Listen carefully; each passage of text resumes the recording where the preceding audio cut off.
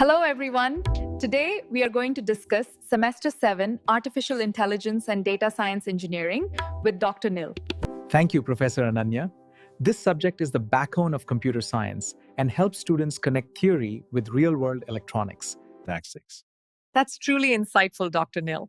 We'll explore these ideas in depth through real-world examples in this episode. দেখব কিভাবে AI শুধু শব্দ নয় বরং পুরো বাক্যের প্রেক্ষাপট বুঝতে শেখে। তো চলুন শুরু করা যাক। দেখুন, ব্যাপারটা আসলে একটা সিকোয়েন্স বা ক্রমের সমস্যা, আর এটার সমাধান করতে হলে আমাদের এমন মডেল দরকার যা শুধু আলাদা আলাদা শব্দ নয় বরং তাদের মধ্যেকার সম্পর্ক আর পুরো প্রেক্ষাপটটা বুঝতে পারে। গুলিতভাবে দেখলে চলবে না। তো এই সিকোয়েন্স বোঝার জন্য আমাদের একদম গোড়া থেকে শুরু করতে হবে, আর সেই প্রথম ধাপটাই হলো একটা খুব সহজ নিয়ম যার নাম মার্কভ প্রপার্টি। সহজ কথায় বললে এটা এমন একটা মডেল যার স্মৃতিশক্তি খুবই কম, মানে সে শুধু মনে রাখে এই মুহূর্তে কি হচ্ছে, এর আগে কি হয়েছে সেই লম্বা ইতিহাস সে মনে রাখে না। ব্যাপারটা অনেকটা একটা ক্রিকেট ওভারের মতো। ভাবুন তো, একজন বোলার পরের বলটা ইয়র্কার দেবে না বাউন্সার, সেটা কিসের ওপর সবচেয়ে বেশি নির্ভর করে? ঠিক তার আগের বলটার ওপর, তাই না? ওভারের প্রথম বলে কি হয়েছিল সেটার ওপর কিন্তু ততটা না। এই যে শুধু বর্তমান অবস্থার ওপর নির্ভর করা, এটাই হলো মার্কভ প্রপার্টি। এখান থেকে একটা প্রশ্ন আসে, তাই না, যে মডেলের স্মৃতিশক্তি এত কম যে শুধু আগের ঘটনাটা মনে রাখে, সে কিভাবে একটা পুরো সিকোয়েন্স প্রেডিক্ট করবে? এই সীমিত স্মৃতিশক্তি নিয়ে কি সত্যি একটা জটিল প্যাটার্ন বোঝা সম্ভব? এই ধারণাটা থেকেই কিন্তু আমাদের প্রথম মডেলটার জন্ম হয়। আচ্ছা, এবার ভাবুন, অনেক সময় আমাদের কাছে কিছু দৃশ্যমান সূত্র থাকে, কিন্তু আসল ঘটনাটা লুকানো থাকে। যেমন বন্ধুর ঘর থেকে বইয়ের পাতা উল্টানোর শব্দ আসছে বা হাসির আওয়াজ আসছে। এই শব্দগুলো হলো অবজারভেবল ইভেন্টস, কিন্তু বন্ধু আসলে কি করছে, পড়াশোনা নাকি সিনেমা দেখছে, সেটা হলো হিডেন স্টেট। এই ধারণাটাই আমাদের নিয়ে যায় হিডেন মার্কভ মডেল বা HMM এর দিকে।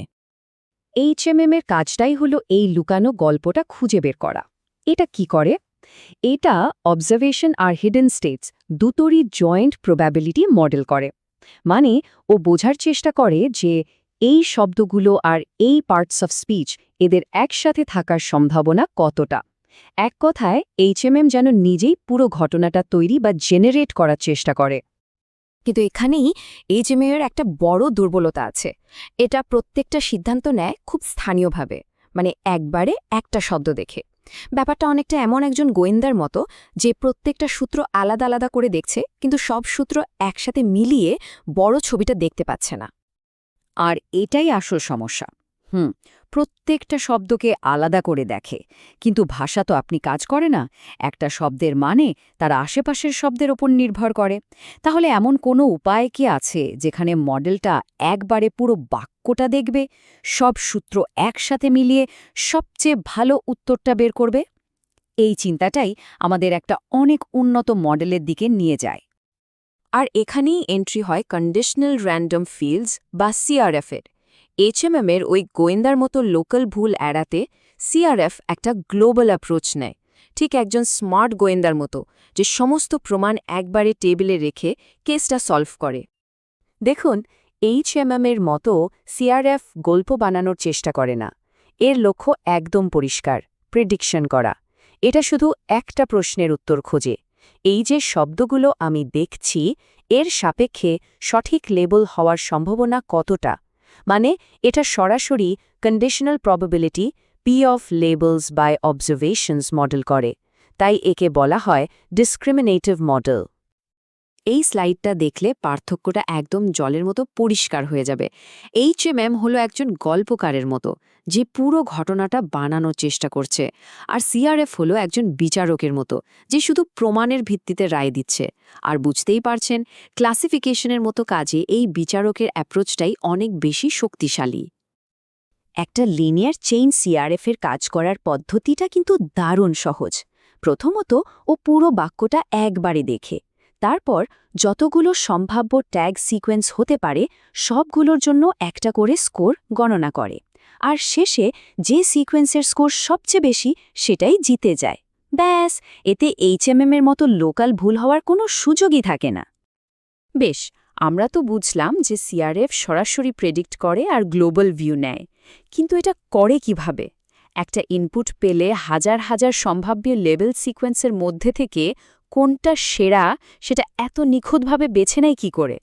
এই প্রশ্নের উত্তরটাই আমাদের সিআরএফের আসল শক্তির সঙ্গে পরিচয় করিয়ে দেবে।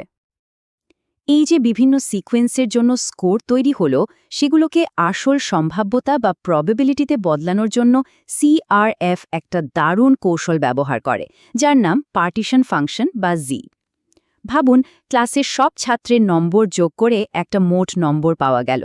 এবার প্রত্যেকের নম্বরকে সেই মোট দিয়ে ভাগ করলেই তো পার্সেন্টেজ বেরিয়ে আসে। পার্টিশন ফাংশন ঠিক তাই করে, সব সম্ভাব্য সিকোয়েন্সে স্কোর যোগ করে তারপর সেই মোট দিয়ে প্রত্যেককে ভাগ করে আসল সম্ভাবনাটা বের করে দেয়। পার্টিশন ফাংশনের কাজটা সহজে মনে রাখতে চাইলে এই লাইনটা মাথায় গেঁথে নিতে পারেন।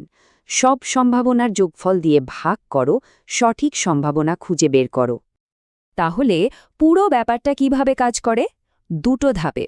প্রথমটা হলো ট্রেনিং। এখানে মডেলটা প্রচুর ডেটা দেখে তার ভেতরের প্যারামিটার বা ওয়েটগুলোকে এমনভাবে অ্যাডজাস্ট করে যাতে সঠিক সিকোয়েন্সগুলোর স্কোর সবসময় বেশি হয়। আর দ্বিতীয় ধাপ হলো ইনফারেন্স, মানে প্রেডিকশন। নতুন ডেটা এলে ভিটাবি অ্যালগোরিদমের মতো কোনো পদ্ধতি ব্যবহার করে সবচেয়ে বেশি স্কোরিং পথটা দক্ষতার সাথে খুঁজে বের করে। কিন্তু এখানে একটা বড় প্রশ্ন ওঠে, তাই না? একটা মডেল যদি সমস্ত সম্ভাবনাকে একবারে বিবেচনা করে, তাহলে তো সিদ্ধান্ত নিতে সময় লাগার কথা। এত দ্রুত আর দক্ষতার সাথে এটা করে কিভাবে? এর উত্তরটা লুকিয়ে আছে এর ভেতরের দারুণ কিছু ডাইনামিক প্রোগ্রামিং অ্যালগোরিদমে, যেমন ভিটারবি। তাহলে চলুন যা যা শিখলাম একবার ঝালিয়ে নেওয়া যাক। সিআরএফ কোথায় ব্যবহার হয়? এনএলপিতে পার্ট অফ স্পিচ ট্যাগিং বা নেমড এন্টিটি রিকগনিশন থেকে শুরু করে বায়ো ইনফরম্যাটিক্সের জিনের গঠন বোঝা, এমনকি কম্পিউটার ভিশনে ইমেজ সেগমেন্টেশন, যেখানেই একটা সিকোয়েন্সের মধ্যেকার কনটেক্সট বোঝা জরুরি, সেখানে সিআরএফ এক কথায় অসাধারণ। তাহলে আজকের এই আলোচনা থেকে আসল টেকআওয়েটা কি? দেখুন, সিআরএফ শুধু একটা অ্যালগরিথম নয়, এটা হলো সমস্যাকে দেখার একটা নতুন দৃষ্টিভঙ্গি, পুরো প্রেক্ষাপটটা একবারে দেখা। এআই এবং ডেটা সায়েন্সের জগতে, সেটা ভাষা হোক বা বায়োলজি, এই বড় ছবি দেখার ক্ষমতাটাই আসল। আজকের এই জ্ঞান শুধু ভালো চাকরির জন্য নয়, বরং ভবিষ্যতে টেকনোলজি তৈরি করার শক্তি যোগাবে। তাই সব সময় প্রশ্ন করতে হবে, নতুন কিছু শিখতে হবে, আর ডেটার ভেতরে লুকিয়ে থাকা গল্পগুলো খুঁজে বের করার চেষ্টা চালিয়ে যেতে হবে।